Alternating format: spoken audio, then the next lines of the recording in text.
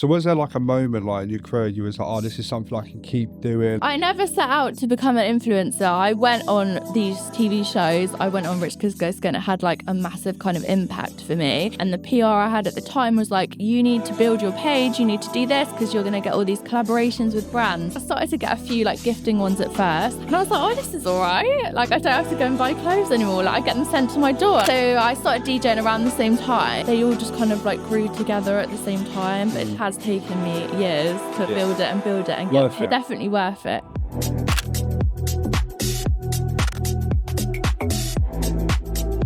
All right, guys, welcome back to a Rovers Guide podcast. We'll give you an insight out of the music scene. We're back for 2025, first episode of the year, and I'm joined with Jodie, Weston. How are you doing today? I'm good, thank you. Happy to be here in 2026. Oh, yeah. I mean, it's not too sunny today, but... So I want to start off by saying, for the people who don't know, what genre of music do you DJ in? So I specialise in house, but I do play other genres as well because I've just felt like it's good to open yourself up to different opportunities. And, you know, I love sometimes doing a bit of garage. I would even do an R&B set now and again. So it's like, I like to do different things, Yeah, got to love a bit of garage and R&B, ain't you? Exactly. So I just want to take it back. Where did it all start for you? Obviously, you just told me you started DJing about 7 years ago. Yeah. So I've always wanted to DJ. I was always like an unpaid DJ, basically. So I was always the person that at parties would be like selecting all the songs and people would be like, oh, yeah, these are all good. Like, la, la. So I was always like an unpaid DJ on Spotify or whatever. And then I knew a few DJs and I'd be like, can you teach me to DJ? Like, I'll even pay you for lessons. And they'd just be like, yeah. And they never actually did. So in about 7 years ago, I was like, I've had enough of this. I'm just gonna do lessons myself. So I literally went online and had a little look at some academies and schools, and I found one. It's probably the biggest one in London. And I just went with them. It was like London Sound Academy. That's so many people in London have come through there. But I was just like, okay, cool, this looks good. It takes about 3 months to complete all the 3 different courses. And then I'm going to be able to DJ. And I like the fact that they had a bit of a support group on Facebook after, so you could kind of talk to other graduates. And they did have a few gigs to start you off, obviously just to get used to like being in the industry. So that was another thing that attracted me, because I was like, it's okay learning, but like, where do I go from there, kind of thing? When I've learned, like, how am I going to get my first gig? So yeah, it was a good like starting point, definitely. Yeah, I mean, it sounds pretty good. They probably set you up, which is nice to see. Yeah. So did you have like any inspirations? Like, because obviously you said you've always wanted to DJ. Yeah. Was there someone you was like, I want to be like them? Not really. Like I'm a DJ like because I actually love to DJ. So it was a very kind of like genuine like investment for me. It wasn't like I want to be like this person. It was just something like inside me that was like, I really want to do this because I actually love it. So yeah, I wouldn't say there was necessarily a person that was inspiration. It was more just like wanting to do something that I felt I should do. Yeah. Oh, that's nice. So moving on to your Instagram now, you describe yourself as like a triple threat. Working as a DJ, creator and presenter. Yeah. You've also appeared on some TV shows. Can you tell me like what TV shows you've appeared on? Yeah. So I've been on quite a few. I've been on reality TV. I've been on an advert last year as well. I've been on some like documentary type things as well. So people most know me for being on like Rich Kids Go Ski, Rich Holiday, Poor Holiday, like the Rich series. I wouldn't really call myself rich, but I feel like once you go down that path, it's easy to kind of like get put in that kind of corner. I've also been on like 100% Hotter, which was a makeover show on Netflix, Eating with My Ex on BBC One. So that's fun. And then did a few other MTV shows like when I was younger as well. And then last year I was in an advert for ITV, which was fun. That's cool, with Seabrook crisps. Love a Seabrook crisp.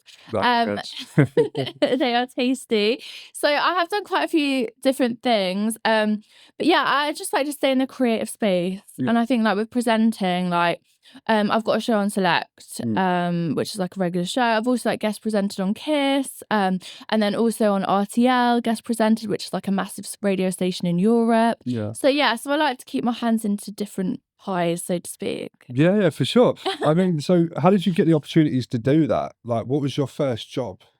In the media space. Yeah, the media space. So I basically auditioned for this MTV show called Fired by Mum and Dad back in like 2015. That was kind of how I got a taste of like the creative industry. and how all of that works, how reality TV works and how real it is and stuff like that. And then I kind of got the bug from there, and I did the show, and it was like a really fun show, but for some reason, like the series just didn't really take off the way it should have. So then I was kind of like, okay, maybe I'll just keep going. So I went to more auditions, like I reached out to people, and then from there, and then what people most know me for is like doing Rich Kids Go Sick, because it was such a controversial episode, and I got a lot of press and stuff like that. So that's what kind of launched me into the space. But I did have a little I did have a little taster before, Oh, that's good. So moving back onto your DJing, one of your most talked about tracks I've heard is Stay Till Tomorrow. Yeah. And it was signed by a New State Music label. Yeah. What was your reaction to being signed by that label? I was really happy. So I had Stay Till Tomorrow and Feel the Same, which were both signed by New State Music. Like, it was really good for me because I had a manager at the time, and he was connected to that label. So that's how that kind of came about. But before then, I was like trying to do the independent thing, which is really hard. Really hard and really expensive if you want to, you want to kind of make a mark. So I was really excited to be signed by like a dance label that's been going for such a long time, and I've even had tracks by like people like Tiesto and things like that. So I was really excited about that. Yeah, I mean, it's pretty cool. Yeah, you know what I mean? for sure. So obviously you've released some tracks under some labels and everything. I just wanted to know, how did you first get the opportunity to start playing at like events and stuff? So to be honest, it wasn't super easy for me because I lived in Canary Wharf, and most of my friends were bankers. I didn't have friends that owned venues. I didn't really have friends that were like doing DJing. I knew a few DJs, but they didn't really want to help me that much in the beginning, which was quite annoying, and it's quite like a common thing. So I basically, because I went through London Standard Academy, I did a few of their events in the beginning, and I just tried to like get as much content as I could and try and get my name out of there. But really what kind of changed the game for me is that I went on my first radio station, Flex FM, and that really kind of like put me into the DJ industry, and I met a lot of other DJs, and slowly but surely, obviously like not long after I started on there, we had the pandemic, so that messed me up, but slowly but surely I started meeting more people from the industry, and that just kind of like it went from there. Yeah, so would you say like a social media is like a big part in like getting hold of these events and stuff? Not necessarily. Like, I think my social media page has like helped me, but it's also hindered me because a lot of, especially in the pandemic, everyone wanted to become a DJ, but I was actually DJing before the pandemic. So I was like, this is like my thing. And I was like, oh, these other DJs have come from nowhere. So, so basically, and I think certain people would be like, oh, is she actually a DJ or is she an influencer? But then there's other people that will see like the potential in having a person that is like a triple threat, that how it's good to like cross over different genres, but it's not the case for everyone. So sometimes it works, sometimes it doesn't. Yeah, for sure. So was there like a moment like in your career you was like, oh, this is something I can keep doing, obviously the triple threat stuff? Like what part clicked for you and you was like, wow. Yeah, so I never set out to become an influencer. I went on these TV shows. I went on Rich Kids Go Sick, and it had like a massive kind of impact for me. And then I got a PR from that. And the PR I had at the time was like, you need to build your page. You need to do this because you're going to get all these collaborations with brands. And I was like, oh, and I started to get a few like gifting ones at first, not paid at first. And I was like, oh, this is all right. Like, I don't have to go and buy clothes anymore. Like, I get them sent to my door. And I was like, I could get used to this. That's pretty like, cool, yeah. Quite a nice life. So I started DJing around the same time, and they all just kind of like grew together at the same time. But it has taken me years to build it and get paid. It's worth it. It's definitely worth it. Yeah. So is there anything you would have changed like about your journey in like the 7 years? Oh, quite a hard question. That is a hard question. Is there anything I would change? I changed the pandemic. Yeah. I mean, that was a mess for a lot of people, but it also opened up a lot of doors for DJs. Exactly. And yeah, to be honest, like I was quite lucky because I went on the first radio station like 2 months before the pandemic started. So I managed to like have something going on the whole time, which was just pure luck that I managed to get in there a few months before this started because no one knew it was coming. Yeah, well, at least it wasn't early, I guess. Yeah. You don't know what could have happened. I know. So have you like got any events coming up? Any radio shows? Yeah. So obviously I have my weekly radio show on Select, which is 4 to 6 p.m. on Sunday, which I call the Dollhouse Show. So that's like an ongoing. Cool, no? Yeah. So it's like people always used to call me a doll. They'd be like, "You're a Barbie or you're a doll." So and then I obviously like originally played house, and house is like my main genre. So it's like doll house. It's like Jodie's doll house. La la la. I'm also doing a show at the Queen of Hoxton in February, which is going to be like a bigger thing. I've got my normal residencies, and then I've got quite a few things coming up in the summer, but I'm not allowed to announce them yet. Oh. They're going to be in like different countries as well, so I'm super excited. And I've just come back from St. Lucia DJing a full moon party, which was so fun. Well, we'll talk about that, haven't we? How was it? Like... It was so fun. Like, I like to do things that other people aren't doing. Like a lot of people chase like the same things, and I was like, I'd been to St. Lucia a few times in the Caribbean, so I reached out to a few different event brands, and I found this event brand out there that just specialises in electronic music. And they're like a really nice community of people, and they kind of took me under their wing. I did it last January and I did it this January. And yeah, it's just so fun. Like nothing beats that, like being on the sand, like, it's very kind of like, there's a lot of like vegan stores, and like it's just a different experience to what you'd find in the UK. Yeah, I mean, 100%. It's different everywhere nowadays, isn't it? Yeah. So, obviously we're in 2025 now. Just want to know, have you set yourself some goals for this year which you want to achieve?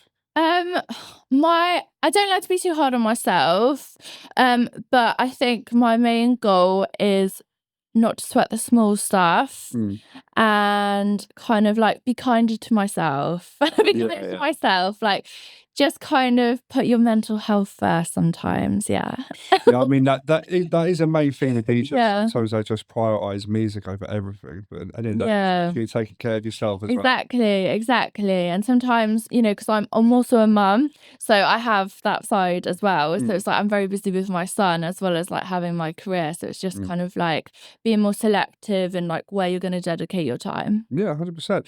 So obviously we talked about your release earlier on the label. Is that like your favourite release, or have you another one in particular? I really like Feel the Same, which I also did with New State Music. I also like a song called Think About Me that I released independently. And it's getting played at high street shops at the moment, which is quite weird because it's a few years old. But I keep getting messages from like my followers or people that know me and like, Jodie, I've just heard your song in the shop. And I'm just like, that is so crazy. Like it's years, like, and now it's just catching on a bit. And it was independently released. So yeah. That's the thing. It doesn't really matter when it's released. It can just pick up. Exactly. Like people just go back to old tunes. Yeah. It's quite cool. Exactly. Are we going to be hearing these tunes today in the set? So I have put one of my songs in, which is Stay With You, which is a different song because I felt like it fitted into the set a little bit more. So I have snuck one of mine in. Oh, excited. It should be good. So obviously, is there anyone you'd like to collaborate with in the future, like another DJ? You've been eyeing up and you're like, yes, let's make something really good. I mean, I would really like, I kind of like go, well, the dream would be obviously people like Nora En Pure because I love her music. So it's like, I kind of think like, oh, one day I'd like to do this, one day I'd like to do that. I mean, it would be amazing to do a track with someone like her. Yeah, okay. So back onto festival and raves, I just want to know if there's like one which you want to work with or one you want to go back to. I mean, the dream would be like Coachella or Tomorrowland, obviously. So there's like festivals, I like the dream, the stars, So I mean, like if I played it at Coachella, that would be like the best moment of my life. Because it's so like I'm so into that kind of hippie glam type vibe anyway. That would be like that's my like goal one day to do Coachella. I mean, the sky's the limit. It could happen. Do you know what I mean? So on the subject DJing, what's one tip you'd like to give to someone who's just starting? I would say as a tip, get into DJing because you really love DJing. Don't get into it for any other reason. So my tip would just be like never lose focus of why you got into DJing, because there's a lot of noise going on sometimes and a lot of politics. But if you really love DJing and you love like seeing the crowd's reaction to playing your songs, that's one thing that will always like keep you going and keep you moving forward. That's a great answer to me. Yeah.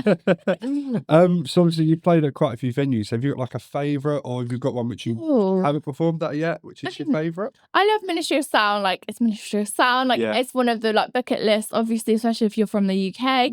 I also really love Fire and Vauxhall. Like, I love Fire. Like, it's so fun. Like, Fire and Lightbox. It's such a fun venue. I've like basically DJ'd there so many times, but it's just so fun. The crowd's always amazing. It is a weird one, that venue. Like, I remember when I went there for the first time, I was walking in. So what the hell is that? Boxing machines on my left, hockey on my right, and then you've got these tunnels with like 6 different rooms. I was spiraling and I was it's like a wonderland. Like, I do really love DJing in that venue because the crowd is always fun. Like, that main room is hot though. I tell you, people, if you ever go to Vauxhall, Jesus Christ. So on the topic of that, what's one thing you love about the raves you perform at? Oh, what's one thing I love? I love seeing people enjoying the music. It's a lot of talk at the moment about people on the phones, like holding them up. But I actually don't mind that. Yeah. I don't mind it. I mean, it's all publicity, isn't it? Yeah.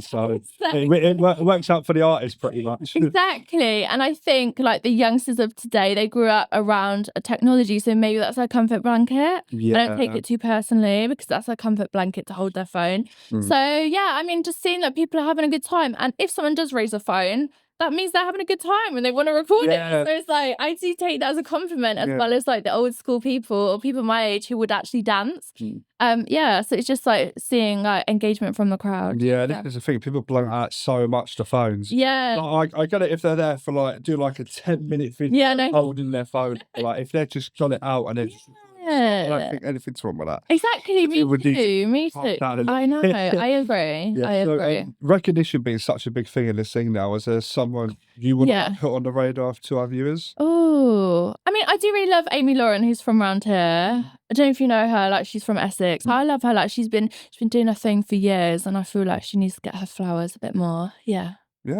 Go check her out. So as we're going to the end of the podcast, we've got 2 more questions I want to ask you. Of course, no day is really a day off, but like if you did have a day off, what would you do? Go to the spa. I love going to the spa. Like my dream come true would be to build my own Jodie mansion and have a spa put into this mansion. That would be amazing. Play some meditation tunes, like mood lighting, like that would be the best thing for me. I want to see that happen. I'm kind of interested, to be honest. Well, I hope that comes true. So, last question. I just want to get your opinion on the studio. Yeah. And who do you think we should get down next?